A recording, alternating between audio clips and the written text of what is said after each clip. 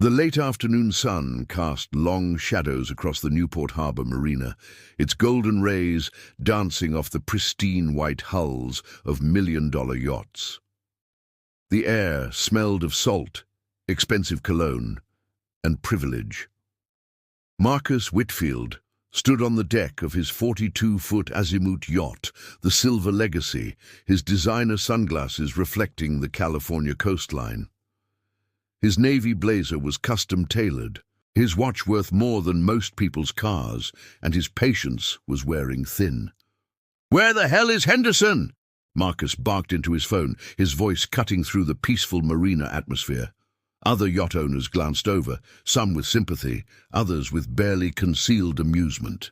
Engine troubles at the marina were common enough, but Marcus's theatrical frustration was providing free entertainment. "Mr. Whitfield, I'm sorry, but Mr. Henderson is handling an emergency in San Diego. He won't be able to make it until tomorrow morning at the earliest," the voice on the other end explained, professional but strained. "Tomorrow?" Marcus's face flushed red. "I have the Carmichael deal dinner cruise tonight. Do you understand what that means? This deal is worth $15 million, and I need my yacht operational in 3 hours. He'd spent weeks setting up this dinner meeting with the Carmichael family. James Carmichael, the Texas oil magnate, had insisted on conducting their final negotiations aboard a yacht, something about seeing how a man treated his possessions, revealing his character. Marcus had planned every detail meticulously. The catering from Marché Moderne, the vintage Chateau Margaux, even the sunset timing. Everything had to be perfect. And now his starboard engine was dead, making an ugly grinding noise that sounded like his $15 million deal being flushed down the drain. "We can send someone else," the voice began. "I don't want someone else. Henderson knows my yacht. He knows the modifications I've had done. I need the best, not some junior mechanic who'll take hours figuring out which end of the wrench to use. Actually, sir, the person I have in mind is excellent. Top ratings from every client. I really think—" "Fine. Send whoever, just make it fast." Marcus ended the call and tossed his phone onto the leather bench seat with more force than necessary. His business partner, Derek Chen, emerged from the cabin below, loosening his tie. "Still no luck?" "They're sending someone. Not Henderson, though." Marcus paced the deck, his Italian leather shoes clicking against the teak. Of all the times for this to happen. Everything was perfect. The food is ordered, the wine is chilling, the weather is ideal. And now this. Derek leaned against the railing, his expression more philosophical than Marcus's panic. "Maybe it's a sign we should meet at a restaurant like normal people." "James Carmichael doesn't do normal. He wants to see the yacht. He wants to see success, Derek. This boat represents everything we've built. It shows we're players, not just some startup kids from community college." Marcus stopped pacing and stared at the horizon. "My father said I'd never amount to anything. Said business school was wasted on me. This deal proves him wrong." "Your dad's been dead for 3 years, Marcus. You don't have to prove anything anymore." "Don't I?" Marcus turned to face his partner. "Everyone in this marina comes from money, real money, family money. I clawed my way here. Every yacht around us represents trust funds and inheritance. Mine represents 18-hour days and sleeping in my office." Derek had heard this speech before. Marcus wore his self-made success like armor, but underneath, he was still the kid from Riverside, whose father had called him a failure at every opportunity. The yacht wasn't just a status symbol. It was proof of concept, proof that Marcus Whitfield mattered. A voice called out from the dock, "Mr. Whitfield, I'm here about your engine." Both men turned to look. Walking down the dock was a woman in her late 20s, wearing oil-stained cargo pants and a faded grey tank top. Her dark hair was pulled back in a practical ponytail, and she carried a large toolbox that looked like it had seen better days. No uniform, no company logo, nothing that suggested professional credentials. Marcus's jaw tightened. You've got to be kidding me. The woman stepped aboard without asking permission, setting her toolbox down with a heavy thunk. Maya Rodriguez, your service sent me. Which engine is giving you trouble? Wait. Marcus held up his hand like a traffic cop. The service sent you? Where's your uniform? Where's your credentials? Do you even work for Henderson's? Maya's expression remained neutral, though something flickered in her dark eyes. A flash of recognition, perhaps of a conversation she'd had many times before. I'm an independent contractor. Henderson's uses me when they're overbooked. My credentials are in my toolbox. Coast Guard certifications, marine mechanical engineering degree from Cal Poly, and 8 years of experience. But if you'd rather look at papers than get your engine fixed, that's your choice. Clock's ticking, though. No offense. But Marcus gestured vaguely at her appearance. You don't exactly look like a marine mechanic. You look like you're heading to the gym. What exactly does a marine mechanic look like to you, Mr. Whitfield? Her tone remained even, professional, but there was steel underneath. Derek stepped forward, sensing the conversation deteriorating. Marcus, maybe we should let her take a look. We're running out of time. I'm not letting some random person tinker with a $200,000 engine system. For all I know, you could make it worse. Marcus crossed his arms. How do I even know you know what you're doing? Maya tilted her head slightly, studying him. You don't, but your options are limited. I can fix your engine, probably in under 30 minutes, or you can wait for Henderson tomorrow and cancel whatever important thing you have planned for tonight. Your call. Under 30 minutes? Marcus laughed, a sharp, disbelieving sound. Henderson said it could take hours to diagnose. But you're going to fix it in 30 minutes? That's ridiculous. Then I guess you'll wait for Henderson. Maya picked up her toolbox. Good luck with your evening. Wait. Derek moved between them.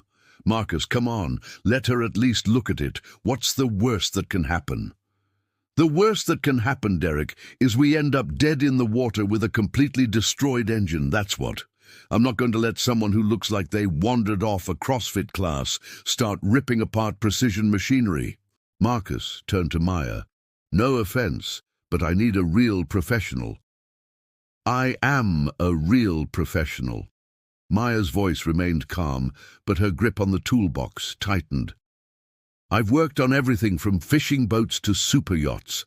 I rebuilt the engine system on the Pacific Dream. You might have seen it in Marina del Rey, 90-foot Ferretti. I'm ASE certified. Hold advanced certifications in Caterpillar Cummins and Volvo Penta systems. I've taught courses at the Maritime Institute. But sure, dismiss me because I'm not wearing a polo shirt with a logo. It's not about the shirt. Yes, it is. Maya set the toolbox down again, this time with deliberate force.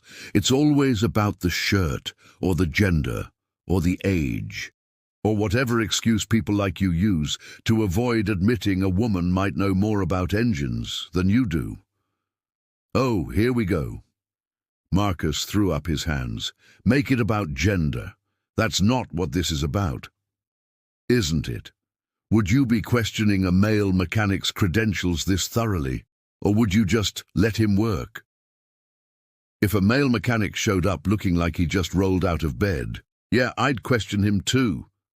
The marina had grown quieter. Other yacht owners pretended not to listen while hanging on every word. This was better than reality TV. Maya took a breath, visibly choosing her next words carefully. Mr. Whitfield, I understand you're stressed. I understand this boat is important to you, but I'm very good at my job, and I'm telling you I can help. Yes, I charge premium rates because I'm worth it. Yes, I don't waste time on fancy uniforms because I'm usually elbow deep in engine compartments.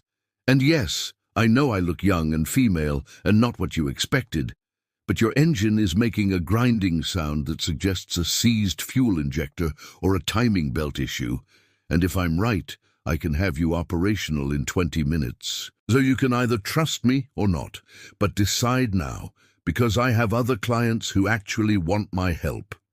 Marcus stared at her. The confidence was irritating.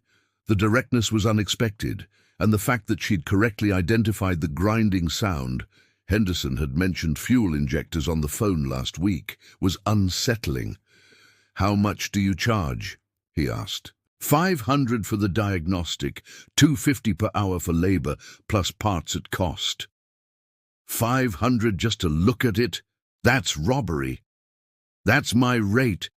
Henderson would charge you the same, plus his premium for being the name brand.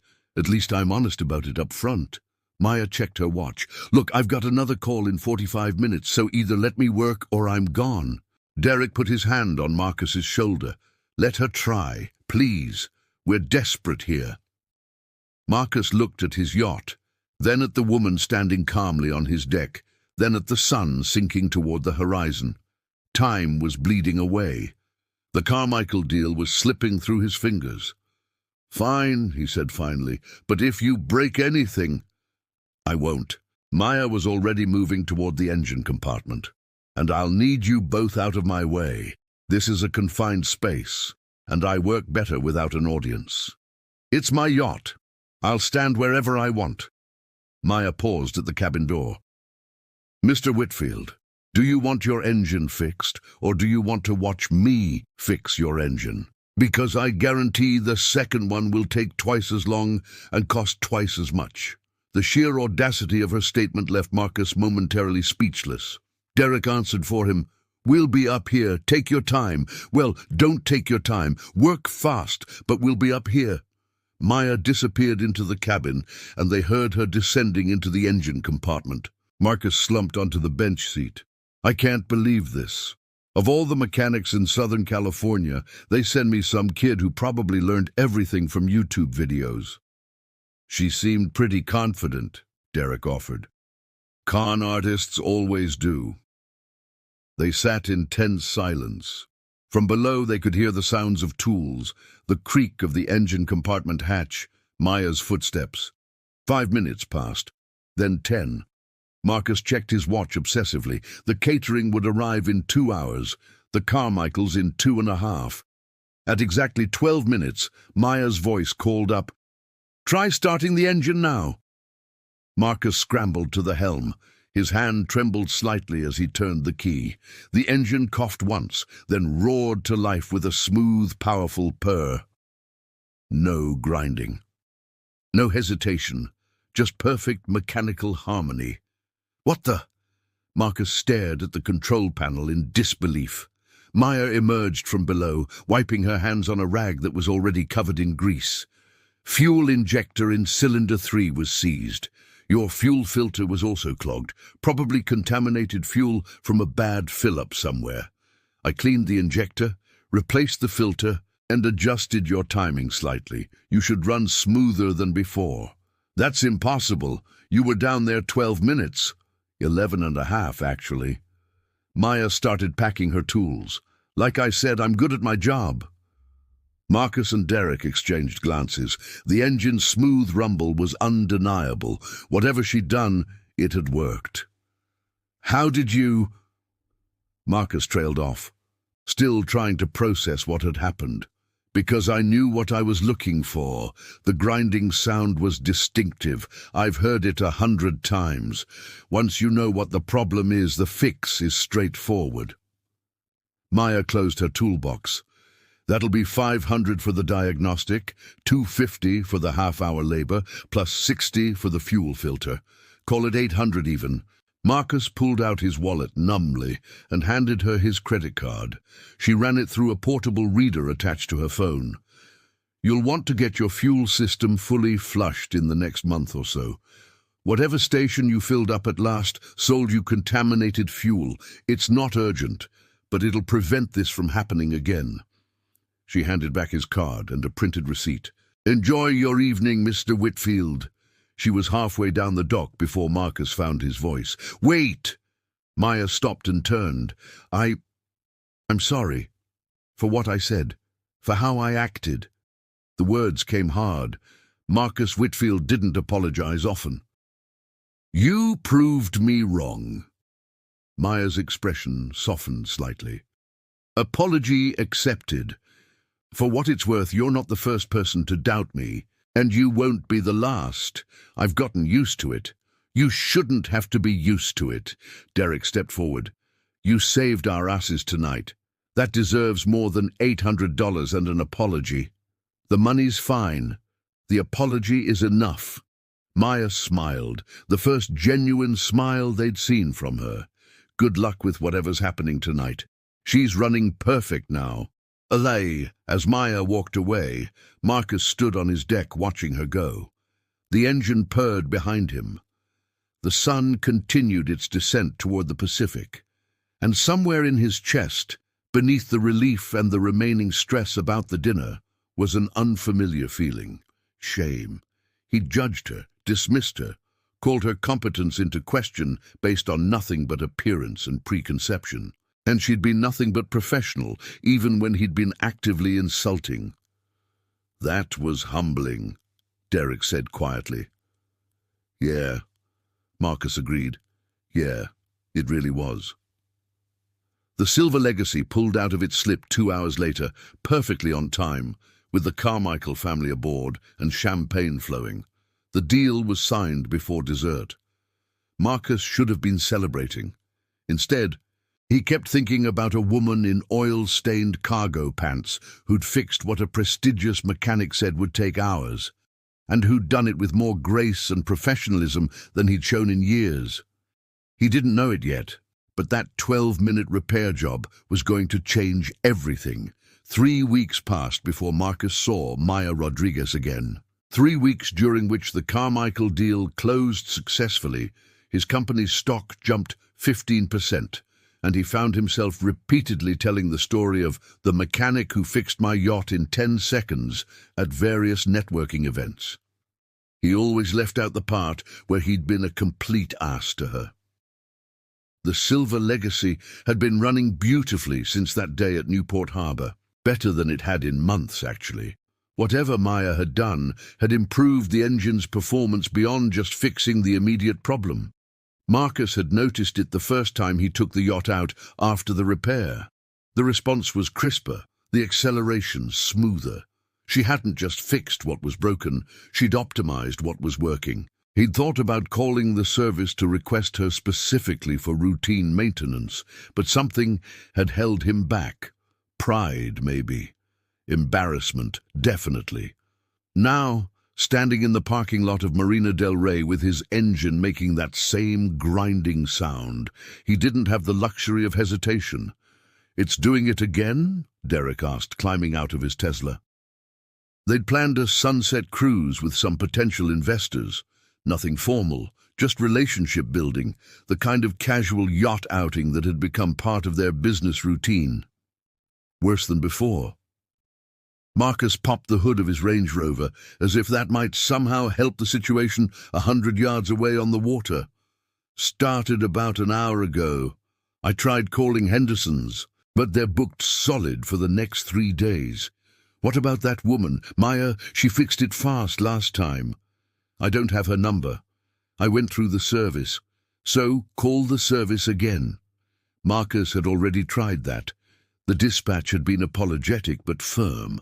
Maya was currently working on a commercial fishing vessel in San Pedro and wouldn't be available until late evening. They could send someone else, a very competent mechanic named Rodriguez, no relation, but not for at least 4 hours.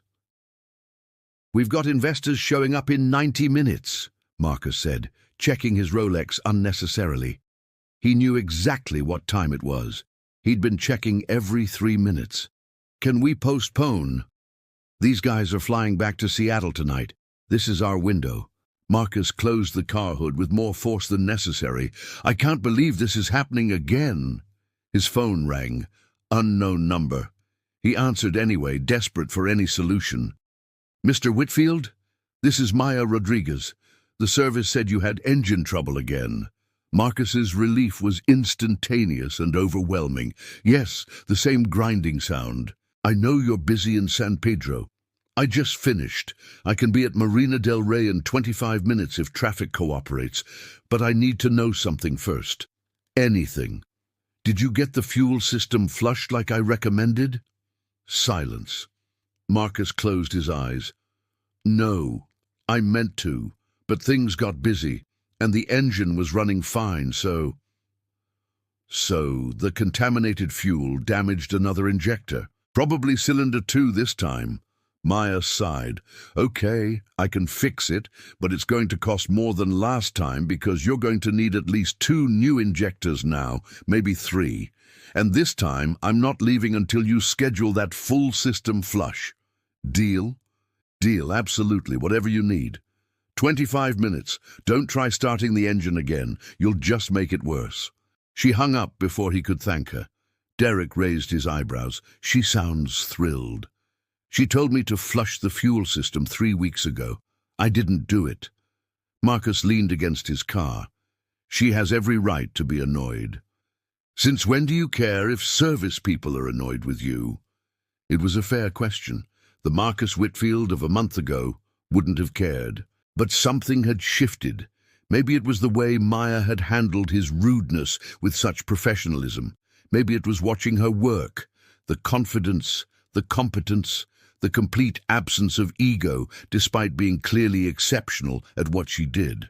Or maybe it was simply that she'd been right and he'd been wrong, and ignoring her advice had created this entirely preventable situation.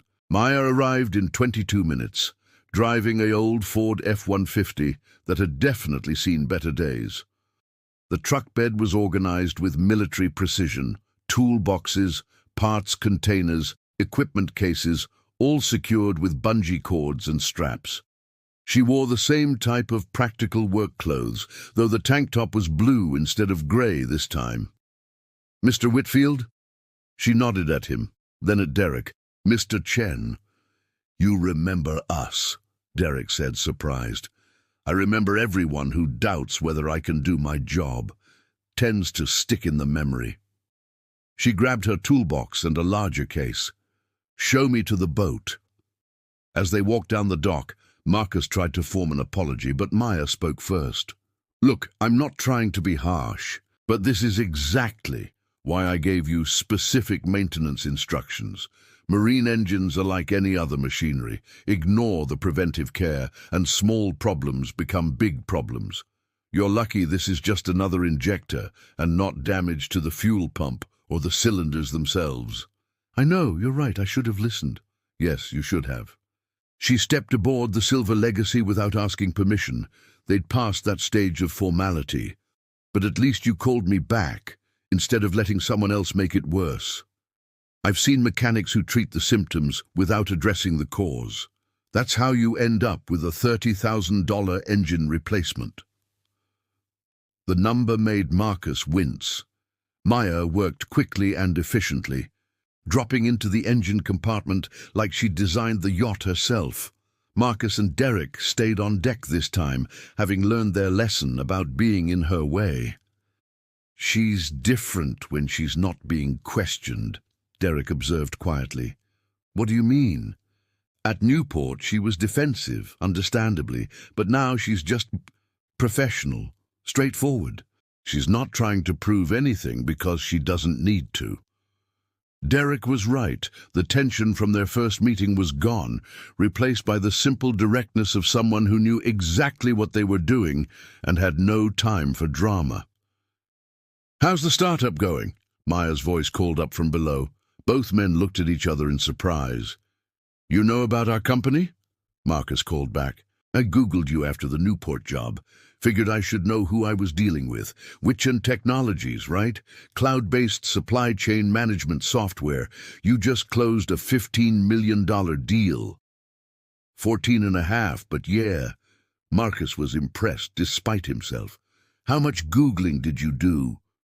"Enough to know you're self-made, started the company in your apartment, and have a reputation for being brilliant, but occasionally difficult."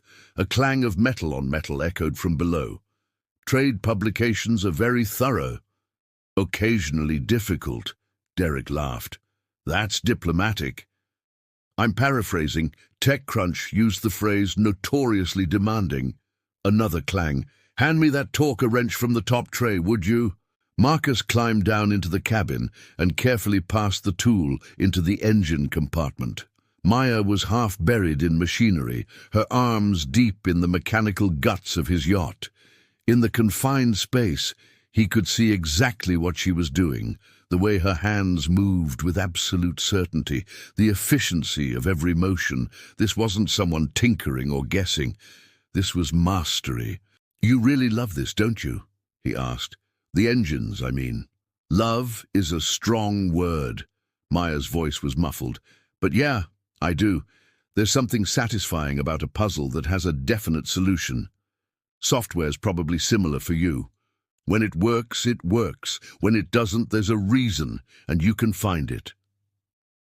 "How'd you get into this?" "Marine mechanics isn't exactly a common career path. My dad had a fishing boat, 30-foot commercial trawler, oldest thing you ever saw, broke down constantly. We couldn't afford mechanics, so he learned to fix it himself and taught me. Turned out I was better at it than he was." She emerged partially, wiping sweat from her forehead with the back of her wrist. "He wanted me to take over the fishing business. I wanted to work on boats, not fish from them. We compromised. I got my engineering degree. He sold the boat and retired. Now I fix boats, and he tells his friends his daughter's an engineer and conveniently leaves out the marine mechanic part. Why? Because marine mechanic sounds blue-collar to him. Engineer sounds respectable. He grew up poor in Mexico, worked his whole life so I could have opportunities he didn't. In his mind, I'm supposed to work in an office, not an engine compartment." She disappeared back into the machinery. "He means well. He just doesn't get that I'm exactly where I want to be." Marcus thought about his own father, the constant criticism, the way nothing was ever good enough, the pressure to pursue a real career, not waste time on computers and software, how success had come too late for his father to see it, and how that failure to earn his approval still haunted him. "My father never understood what I did either," he said quietly. "Thought the tech industry was a fantasy, wanted me to get a real job, work with my hands, do something concrete. Ironic, considering. Considering you're now richer than he ever was. Considering he died thinking I was still a failure, playing with computers in my apartment.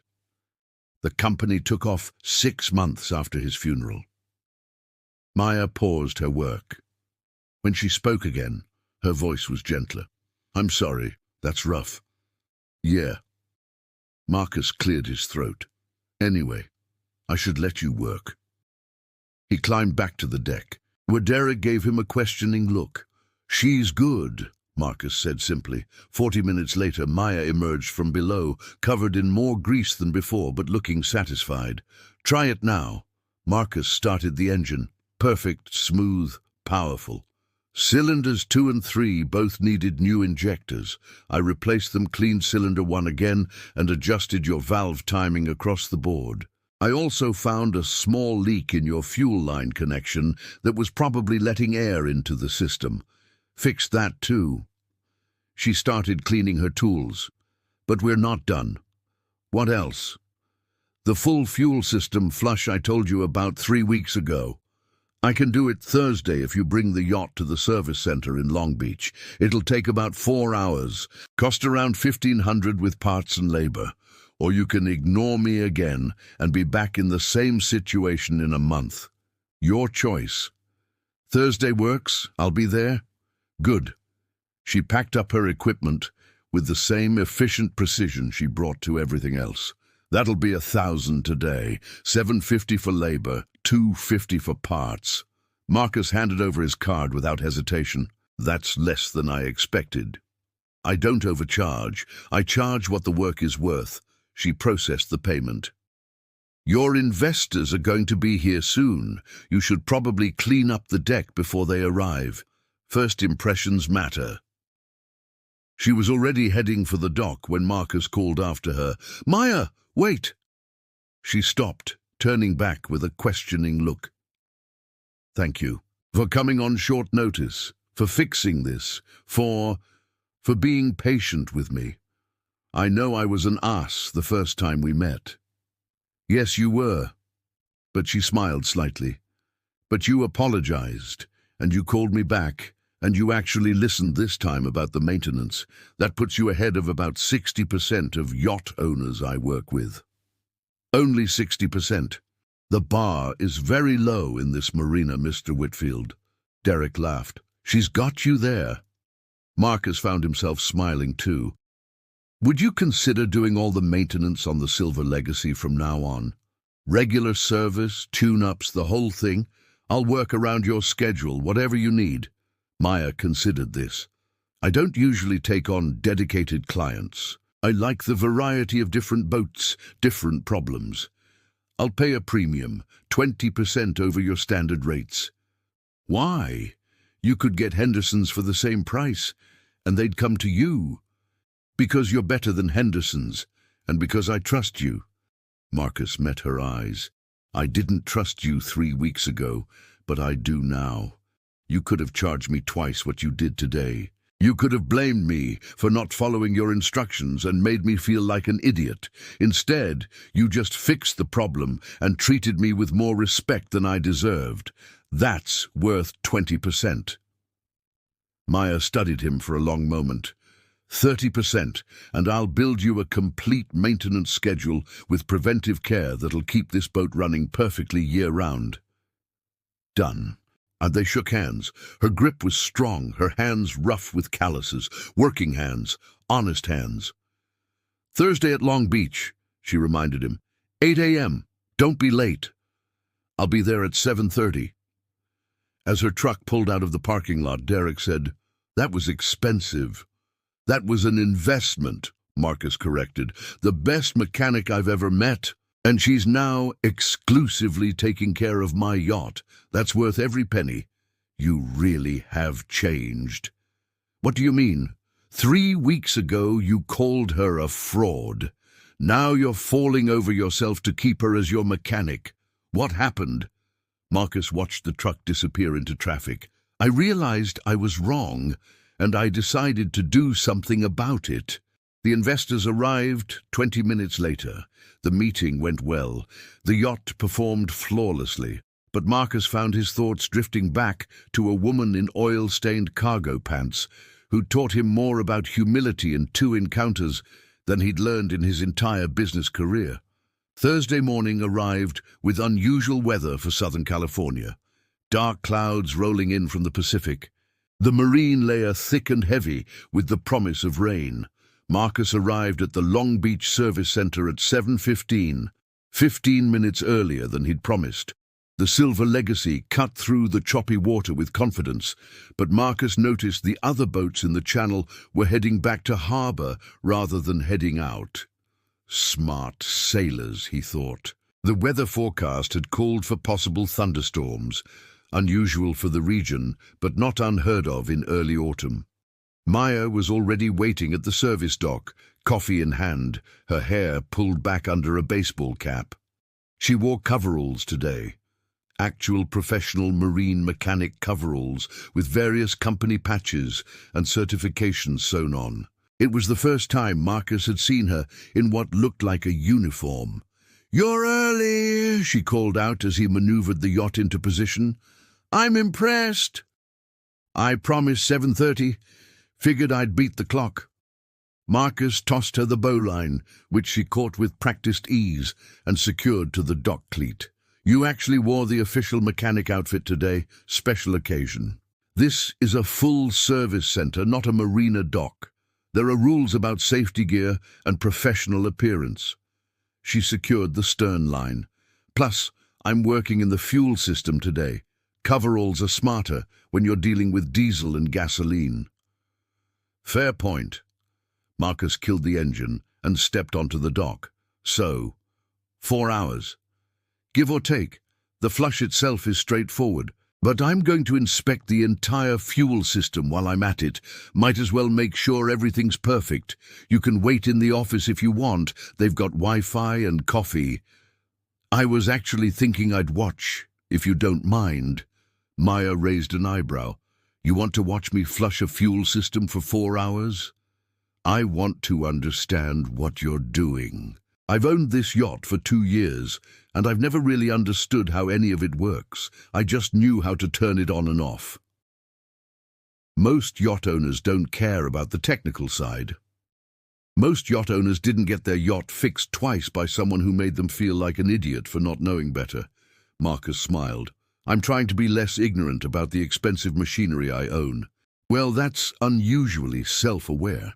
Maya grabbed her toolbox and equipment cases from the dock. All right, you can watch.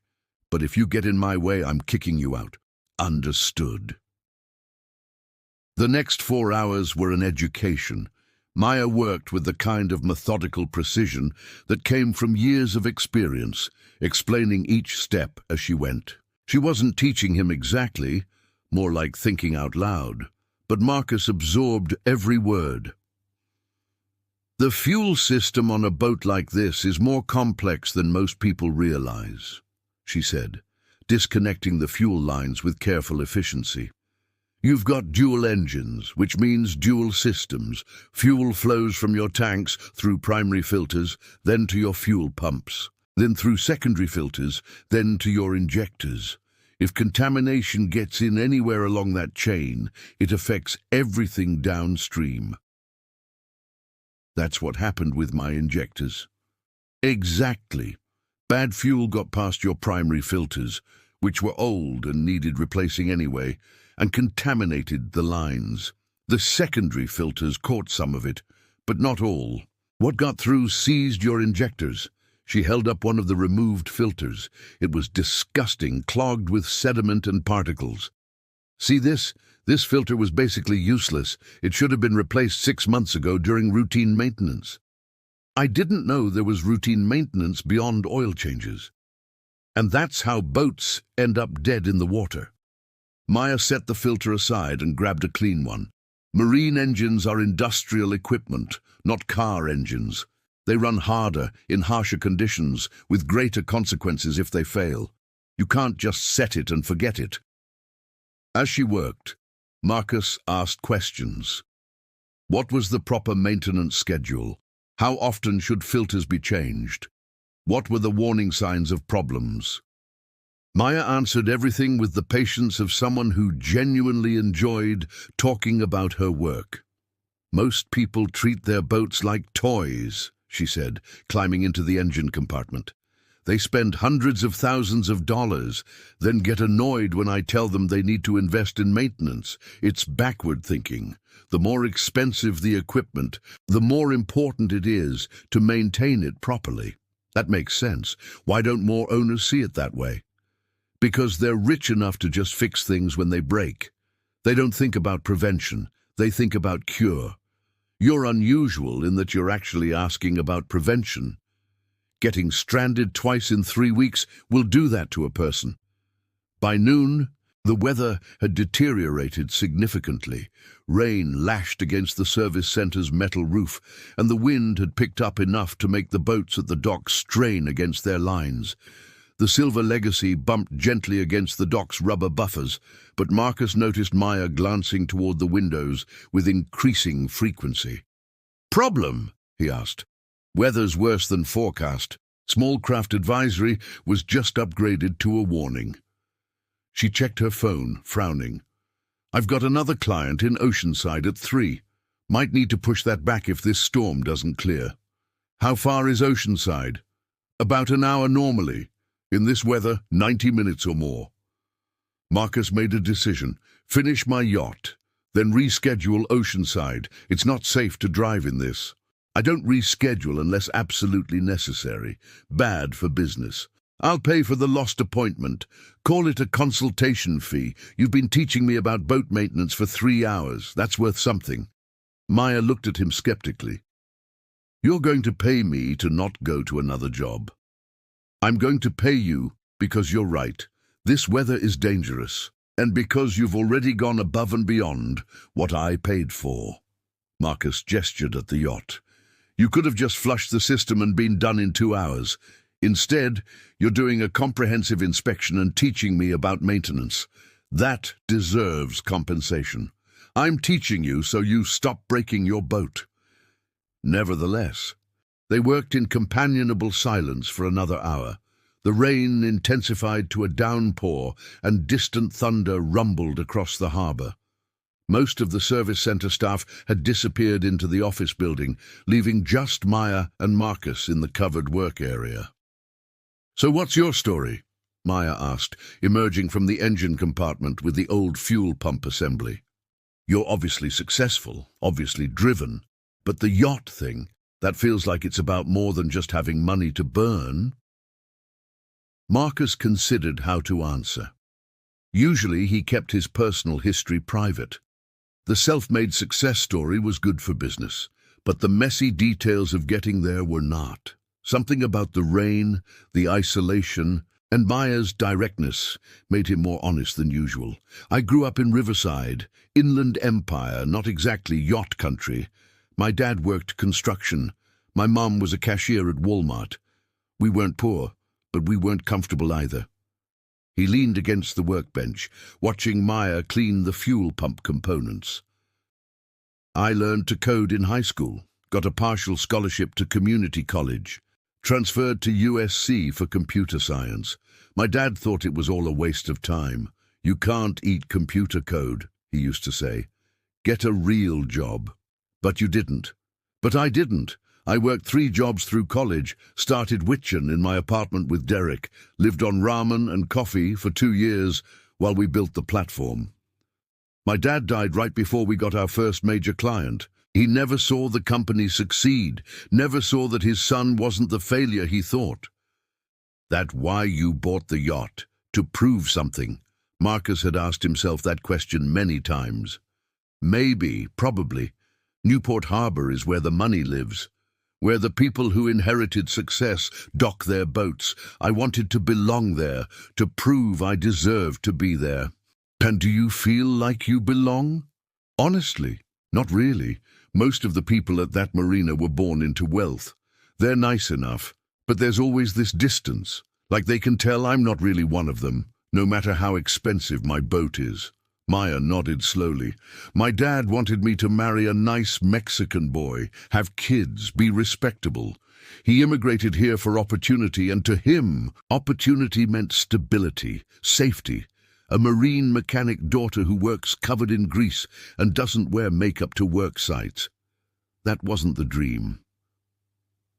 "He must be proud, though. You're incredibly skilled at what you do." "He is proud in his way. He just wishes I was skilled at something he could brag about at church. My daughter is an engineer sounds better than my daughter fixes boat engines." She reassembled the fuel pump with deft movements. "We make our choices, and sometimes those choices disappoint the people who love us. Doesn't mean the choices were wrong." Thunder crashed closer now, and the lights in the service center flickered momentarily.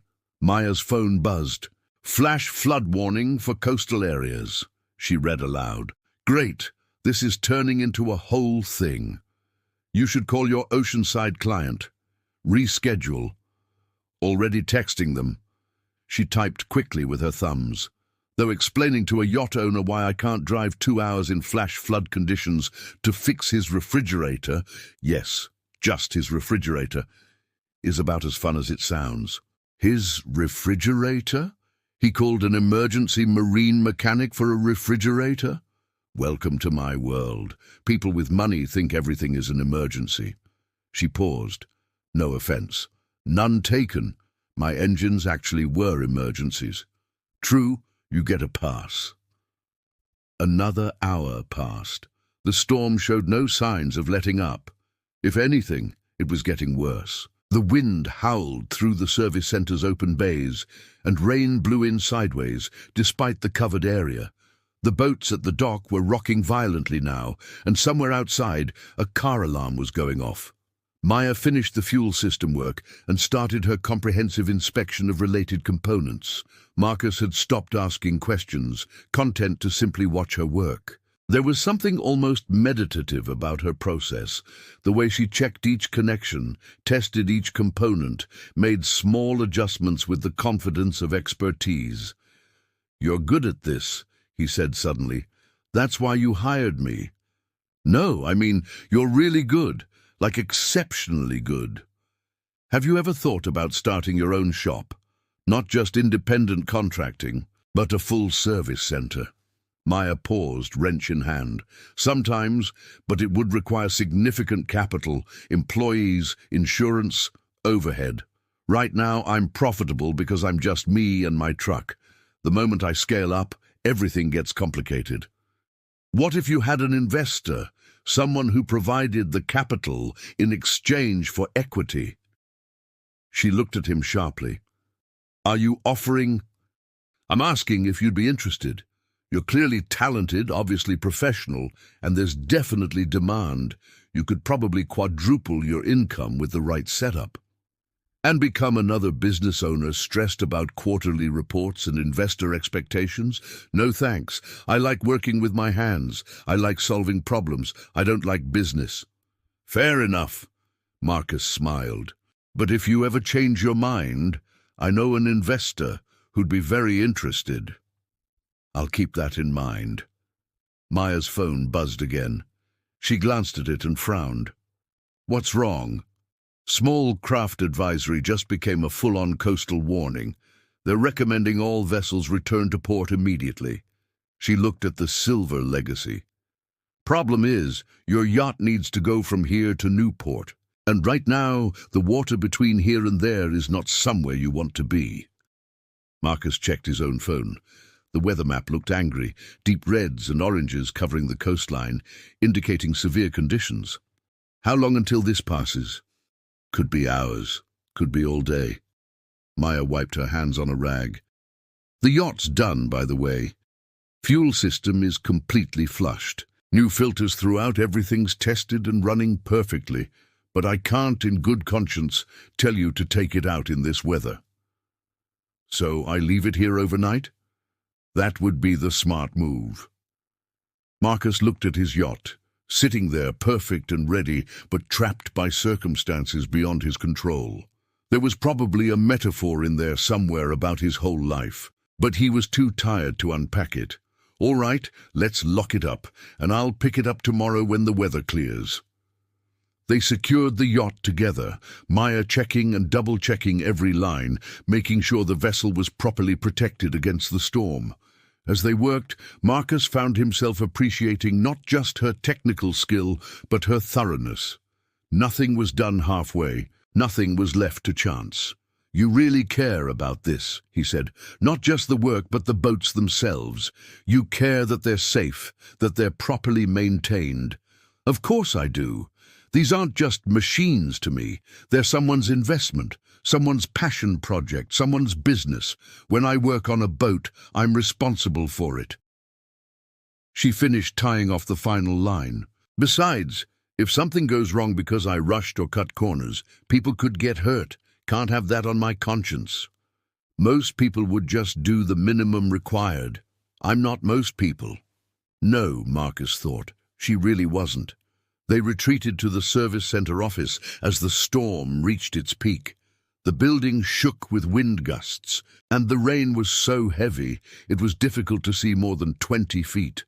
Maya called her oceanside client to formally reschedule, handling the man's irritation with professional grace. Marcus ordered food delivery. Difficult in the storm, but his personal assistant managed to find a place willing to deliver. You have a personal assistant? Maya asked when the food arrived. Doesn't everyone? Marcus caught her expression. That was a joke. Yes, I have an assistant. Her name is Rebecca, and she's worth her weight in gold. Must be nice. It is, actually. I used to try to do everything myself. Took me years to learn that delegation isn't weakness, it's efficiency. They ate lunch in the office break room. Thai food that was slightly cold from the journey, but still good. Outside, the storm continued its assault on the California coast. Can I ask you something personal? Marcus said. Depends on how personal. Why do you do this? Not just marine mechanics, but the whole independent contractor thing. You could work for a company, have steady pay, benefits, security. Why choose the harder path? Maya considered her answer carefully.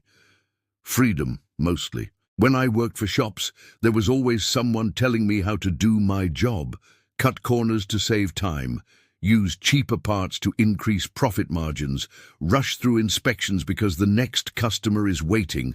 I hated it. She set down her chopsticks. On my own, I set my own standards. I work the way I think is right. If that means taking longer or costing more, that's my choice. And customers who value quality come back. The ones who just want cheap and fast find someone else. That's integrity. That's just not wanting to do shitty work. But she smiled, though I appreciate the compliment. They talked for hours, waiting out the storm. Marcus found himself opening up in ways he rarely did, talking about the pressure of running a company, the loneliness of success, the constant fear that everything could disappear as quickly as it appeared.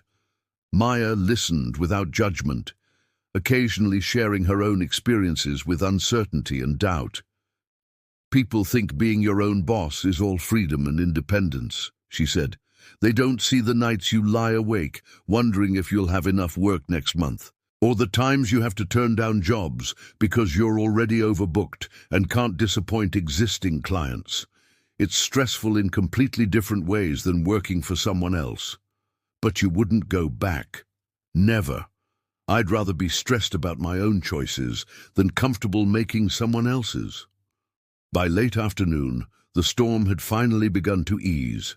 The rain lightened to a steady drizzle, and the wind died down enough that visibility returned. Maya checked the marine forecast on her phone. Windows opening. If you want to take the Silver Legacy back to Newport tonight, now would be the time. But you'd need to leave in the next hour, before the next band moves in. Marcus checked his own phone. Messages from Derek, from clients, from his assistant. The business world had continued without him, oblivious to the fact that he'd spent the day in a service center watching a mechanic work and having the most honest conversation he'd had in months. I'll get it tomorrow, he decided. It's safe here and I'm not in a rush. Scared of the water, Maya teased. Scared of making stupid decisions just because I'm impatient. Someone recently taught me about the importance of proper caution.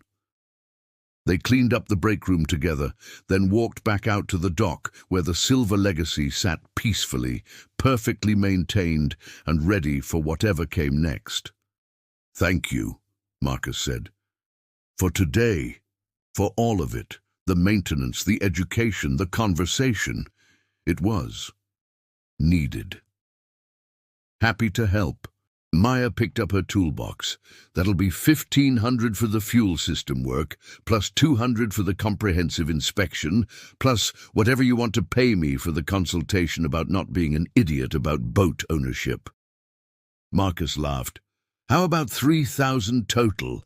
That covers everything plus the storm delay and the impromptu therapy session. I'm not a therapist. Ooh, good thing I didn't ask for therapy advice then.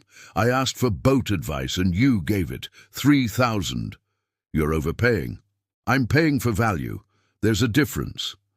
Maya processed the payment, then extended her hand. Pleasure doing business with you, Mr. Whitfield. Don't forget, schedule regular maintenance every 6 months. I'll send you a calendar reminder. I won't forget. And Maya, call me Marcus. I think we're past the formal stage. All right then, Marcus. Try not to break your yacht before our next appointment. I'll do my best. He watched her drive away, the old F-150 navigating the rain-slicked streets with the same confidence she brought to everything else. His phone buzzed with messages, urgent business that suddenly didn't feel nearly as important as it had that morning. Derek had texted, "Where have you been all day? Everything okay?" Marcus typed back, "Everything's fine. Just learned more about boat maintenance than I thought possible, and had the most interesting day I've had in years. You're being weird. Are you sure you're okay?" Marcus looked at his yacht, sitting safe and perfect in the storm's aftermath. He thought about Maya, driving home to whatever life waited for her outside of engine compartments and fuel systems. He thought about integrity and expertise, and the choice to do things right even when doing them fast would be easier. "I'm better than okay," he typed. "I think I just made a friend." 6 months passed. The silver legacy ran perfectly, better than it ever had. Maya had been true to her word about the maintenance schedule, showing up precisely every 6 weeks for inspections and tune-ups. Marcus had been true to his word about paying premium rates and never questioning her expertise again. But something had shifted beyond the professional relationship. They'd developed an easy rapport, a mutual respect that had grown into genuine friendship. Marcus found himself looking forward to maintenance days, not because his yacht needed work, but because it meant conversation. Maya had proven to be not just an exceptional mechanic, but an interesting person, sharp, funny, with perspectives that challenged his thinking. It was a Tuesday morning in late March when everything changed again. Marcus was at his office in Irvine, 20 floors up in a glass tower, when Derek walked in without knocking. "We have a problem," Derek said, his face serious. Marcus looked up from his laptop. "What kind of problem?" "The Carmichael deal. James Carmichael just called. There's an issue with the supply chain software integration. Their logistics team says our platform isn't interfacing properly with their legacy systems. That's impossible. We tested everything before deployment." "I know. But they're threatening to pull the contract if we can't fix it within 30 days. That's $14 million, Marcus. We can't lose that account."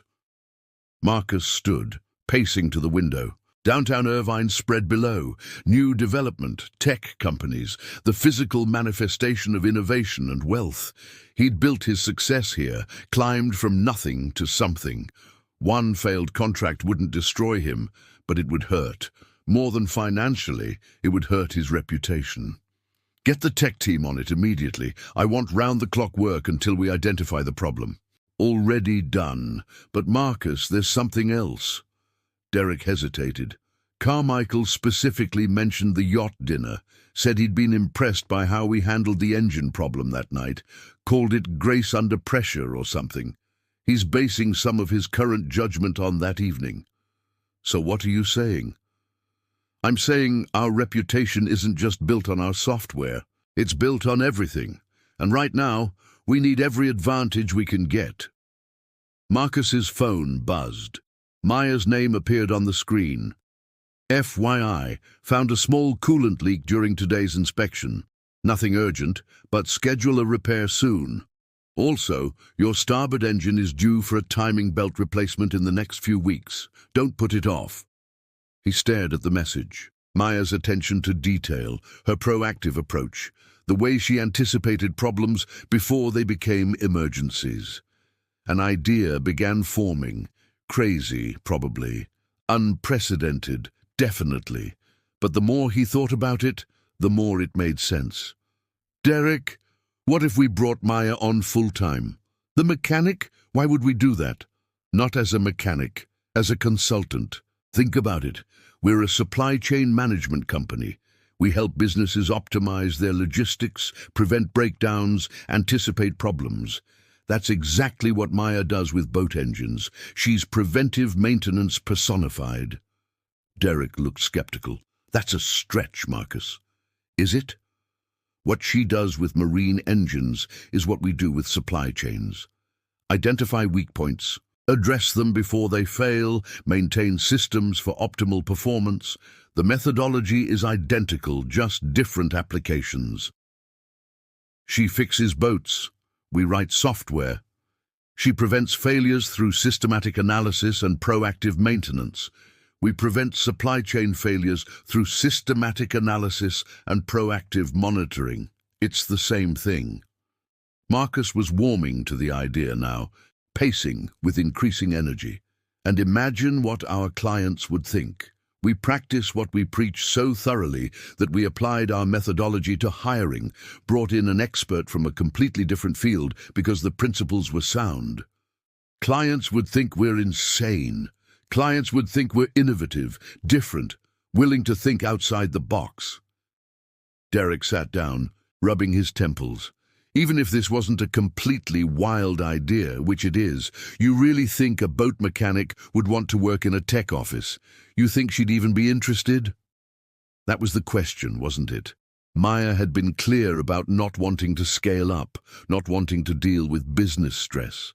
She valued her independence, her freedom to work with her hands. An office job was probably the last thing she wanted, but he wouldn't know unless he asked.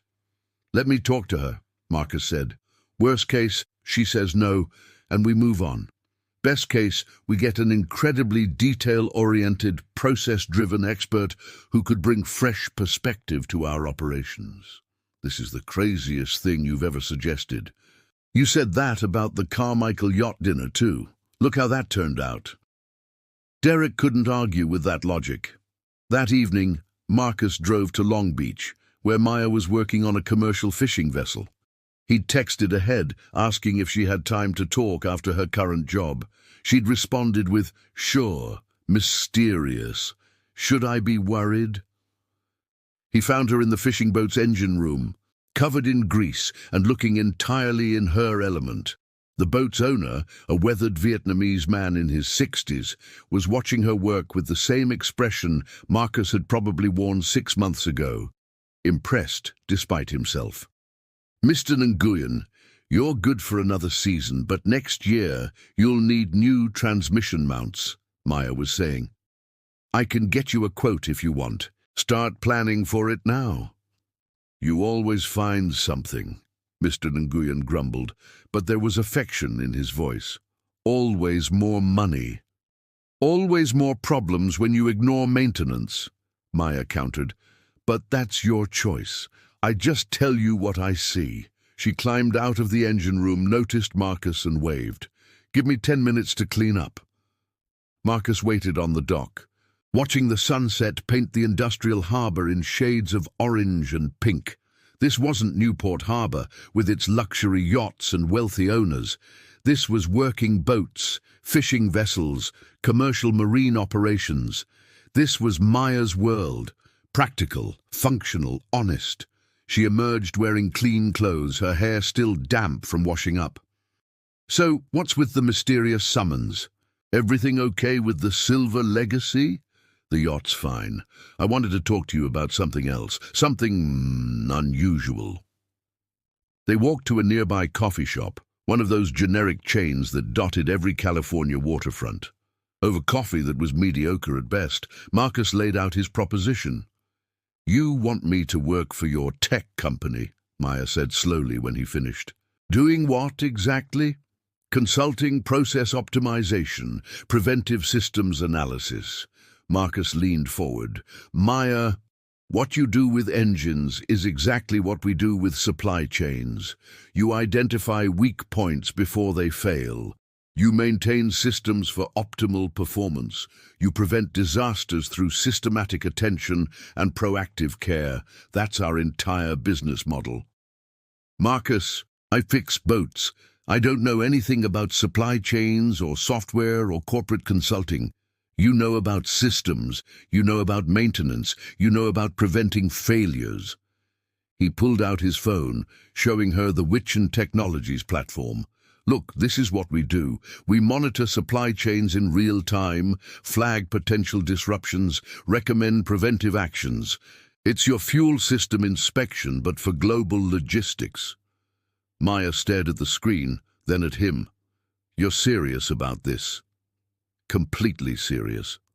Look, we're having issues with a major client, integration problems, compatibility concerns. Our engineers are brilliant at the technical side, but they're not good at explaining things to non-technical clients. They're not good at the maintenance mindset. They want to fix problems as they arise rather than prevent them. You're the opposite. You think prevention first, and you're excellent at communicating complex technical concepts to people who don't understand machinery. Because I have to explain to yacht owners why their boats need maintenance. That's not the same as corporate consulting, isn't it? You convinced me, the guy who called you a fraud, to completely change how I think about boat maintenance. You turned me from a reactive owner to a proactive one. If you can do that with someone as stubborn as me, you can do it with our clients. Maya sipped her coffee, thinking, what would this job actually entail? Come to the office for a month, trial period. Observe our operations, sit in on client meetings, review our processes. Give us your perspective as someone who deals with preventive maintenance daily. Help us communicate better with clients about the importance of proactive system management. And if it doesn't work out, then you go back to your boats, no hard feelings, and I pay you consulting rates for your time. But Maya, I really think this could work. I think you have skills that translate better than you realize. What kind of money are we talking about? Marcus named a figure. Maya's eyes widened. That's more than I make in 6 months of boat work. That's 1 month of consulting rates at your premium service level, plus a bonus if you decide to stay longer. You'd be saving the company millions if you help us retain the Carmichael contract. That's worth significant compensation. Maya was quiet for a long moment, staring into her coffee cup like it might hold answers. I don't own any business clothes. I don't know how to act in a corporate office. I've never worked anywhere that required more than steel-toed boots and grease-resistant coveralls. So we'll get you business clothes. So what? You think I knew how to act in Silicon Valley meetings when I first started? I learned. You can learn. Marcus softened his voice. Look, I'm not trying to change who you are. I'm trying to utilize who you are in a different context. You're smart, detail-oriented, excellent at communication, and you understand systems better than anyone I've ever met. Those skills are valuable beyond boat engines. Why does this feel like you're trying to save me from something? I'm not. I'm trying to save my company by bringing in someone exceptional. If that also happens to expose you to opportunities you didn't know existed, that's a bonus. But this isn't charity, Maya. This is business. I genuinely believe you can help us. Maya stood up, pacing to the window. Outside, the harbor lights were coming on, boats settling into their slips for the night. Her world, her comfort zone, everything she knew and understood. 1 month trial, she said finally. I'll give you 1 month, but I'm not giving up my boat work. If I do this, it's consulting, not employment. I keep my independence, keep my other clients. Deal. And if your corporate people treat me like I'm stupid or out of place, I'm gone. I've dealt with enough condescension in my life. If anyone treats you with anything less than complete respect, I'll fire them on the spot. You can't just fire people. Watch me. Marcus stood, extending his hand. So, we have a deal. 1 month? Starting Monday? Maya looked at his hand for a long moment before shaking it. 1 month, but Marcus, if this blows up in our faces, I'm blaming you. Fair enough. The following Monday, Maya Rodriguez walked into the Witch and Technologies office wearing business casual clothes that looked slightly uncomfortable, carrying a messenger bag instead of a toolbox, and looking like she might bolt for the door at any moment. Derek met her in the lobby. Maya, welcome to corporate America, ready for the tour. Not even a little bit, she admitted, but I promised Marcus a month, so here I am. The office was everything Maya had probably expected. Modern, sleek, full of young people in expensive casual wear staring at multiple monitors. Open floor plans, standing desks, a kitchen area with 4 different types of coffee makers. It was as far from an engine compartment as you could get. Marcus met them on the 20th floor, his corner office overlooking the Irvine sprawl. How are you feeling? Like I made a terrible mistake, Maya said honestly, but I'm here. What do you need me to do? Today, just observe. Sit in on our morning meeting. Listen to the team discuss the Carmichael integration issues. Don't worry about understanding everything. Just listen for patterns, problems, anything that sounds familiar from your work with boats. The morning meeting was exactly what Maya had probably feared. Lots of technical jargon, discussion of API interfaces and data protocols and system architectures.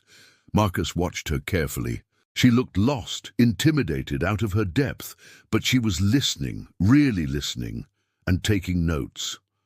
After the meeting, Marcus found her in the break room, staring at her notepad. "Overwhelmed?" he asked gently. "Actually, no. Confused about terminology, yes. But overwhelmed, no." She showed him her notes. "Your team is focused on the technical problem, why the integration isn't working. But nobody's asking the more basic question, which is, why the client needs it to work this way in the first place. What are they actually trying to accomplish with their legacy systems? Because from what I heard, you're trying to force compatibility rather than understand their actual operational needs." Marcus stared at her notes. It was a simple observation, obvious in retrospect, but none of his engineers had thought to ask it. He trailed off. "That's the difference between fixing symptoms and fixing problems," Maya said. "When a boat owner tells me their engine is making noise, I don't just address the noise. I figure out why it's making noise, what system is actually failing. Your team is trying to fix the integration noise without understanding what's causing it. Can you explain that to them? You brought me here to observe. I brought you here because you see things differently. And right now, we need different." Marcus made a decision. "Come to the afternoon meeting. Share your observation. Let's see what happens." The afternoon meeting was with the senior engineering team, 5 people who'd been working on the Carmichael problem for 3 weeks with no breakthrough. Marcus introduced Maya as a consultant with fresh perspective, carefully avoiding mentioning her actual background. "Maya, you sat in on this morning's meeting. Thoughts?" he asked. Maya looked uncomfortable for a moment, clearly debating whether to speak. Then she seemed to make a decision and sat forward. "I don't understand your technical solutions because I don't understand the technology, but I understand systems and I understand maintenance. When you're trying to force 2 systems to work together, it's like trying to connect 2 engines that weren't designed to work in tandem. You can force it, but it'll never run smoothly." She looked around the table. Instead of asking, "How do we make this work?" maybe ask, "Why does the client need it to work this way? What are they actually trying to accomplish?" One of the engineers, a woman named Sarah Chen, leaned forward. "We did ask that. They said they need real-time data integration with their warehouse management system." "Okay, but why? What decision are they making with that data? What problem are they solving?" Maya pulled out her notepad. "When a boat owner tells me they need faster acceleration, I don't just modify the engine. I ask why they need faster acceleration. Are they racing? Trying to outrun weather? Compensating for weight issues? The answer changes the solution." The room went quiet. Another engineer, Tom Rodriguez, no relation to Maya, spoke up. "Actually, that's a good point. We've been assuming real-time integration is the requirement, but maybe real-time is their attempted solution to a different problem." "Exactly," Maya said. "Find the actual problem, not the attempted solution, then design for that." The meeting continued with new energy, the team approaching the problem from a different angle. Marcus watched Maya contribute occasionally, always with simple questions that cut through technical complexity to basic operational logic. After the meeting, Derek pulled Marcus aside. "Okay, I take it back. This might not have been your craziest idea." "She's good," Marcus agreed. "She's different. That's what we needed. Everyone in this office thinks the same way. We needed someone who thinks completely differently." Over the next 2 weeks, Maya became an unlikely fixture at Witchen Technologies. She didn't understand the technical details of software development, but she understood systems, maintenance, and preventive thinking. Her questions were simple but profound. often exposing assumptions the team had made without realizing it. "Why are you designing for maximum capacity rather than typical load?" she asked in one meeting about system architecture. "Because the client might need maximum capacity someday," an engineer replied, "but they'll definitely need typical load every day. In marine engines, we call over-engineering for rare scenarios, preparing for problems you don't have while creating problems you do have. If you optimize for maximum capacity, what are you sacrificing in reliability at typical load?" The insight led to a complete redesign that ultimately solved the integration issues. Marcus found himself seeking out her perspective on more than just the Carmichael problem. She sat in on client calls, attended strategy meetings, even reviewed HR processes after mentioning that you hire for credentials when you should hire for capacity to learn. "You're really good at this," he told her after a particularly successful client presentation.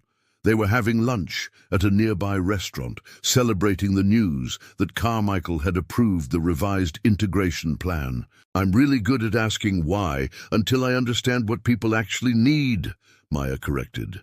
"That's just good troubleshooting. I do it with boats, you do it with software. The principle is the same." "Would you stay?" Marcus asked. "Beyond the trial month? Permanent consulting position?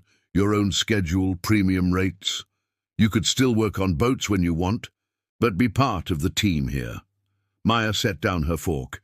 "Marcus, this has been interesting, educational even, and I'm glad I could help. But this isn't my world. I like working with my hands. I like solving concrete problems with physical solutions. This," she gestured at the restaurant, the office visible through the windows, the corporate world surrounding them. "This is your world, not mine. It could be both. You don't have to choose one or the other, don't I? Because what I'm seeing is that I'm good at this consulting thing, and if I stay, I'll end up doing more of it.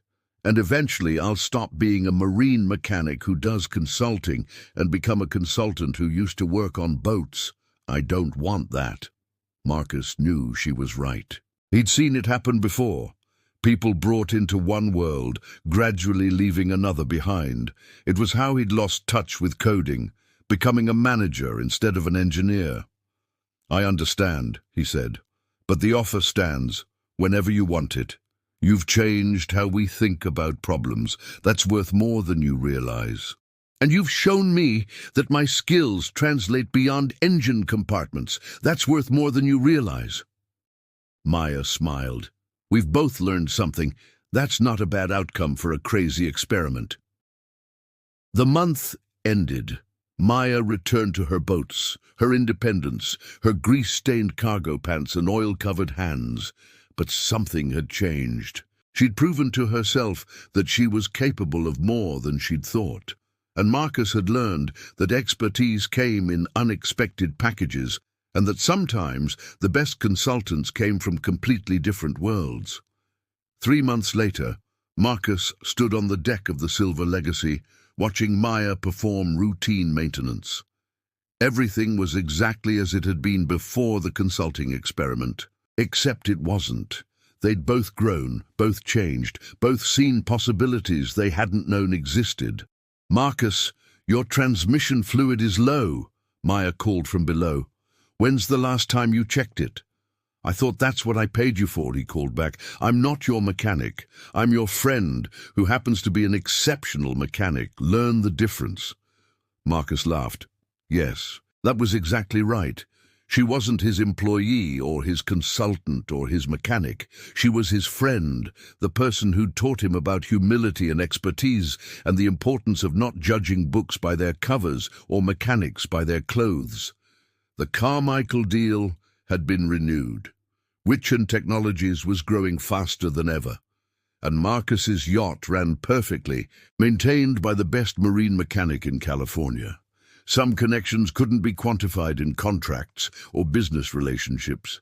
Some friendships formed in the most unexpected ways, starting with judgment and ending with respect. "Hey, Marcus," Maya's voice called up from the engine compartment. Yeah? Thanks for the opportunity. The consulting thing, even though I said no. Thanks for proving me wrong about everything, even though it was humiliating. You're welcome. Now hand me that torque wrench and don't drop it. These things are expensive. Marcus handed down the tool, smiling. This, right here, was success. Not the yacht or the company or the deals or the money. This, connection, growth, mutual respect earned through experience. He'd called her a fraud once. Now he called her a friend. And somehow, that journey from judgment to friendship had taught him more about himself than any business success ever could. The sun set over Newport Harbor. The silver legacy sat peaceful and perfect in her slip. And somewhere in the engine compartment, Maya Rodriguez worked her magic, turning machinery into art through nothing but skill, attention, and care. Some people changed your business, some people changed your perspective, and some very rare people changed both. Maya Rodriguez had been that rare person, and Marcus Whitfield would spend the rest of his life being grateful he'd been wrong about her, because being wrong had led to being better. The yacht's engine purred, the water lapped gently against the hull, and two people from completely different worlds continued the unlikely friendship that had started with an insult and evolved into something neither of them had expected. Respect, understanding, connection. Sometimes that's worth more than all the yachts in the harbor combined. The end.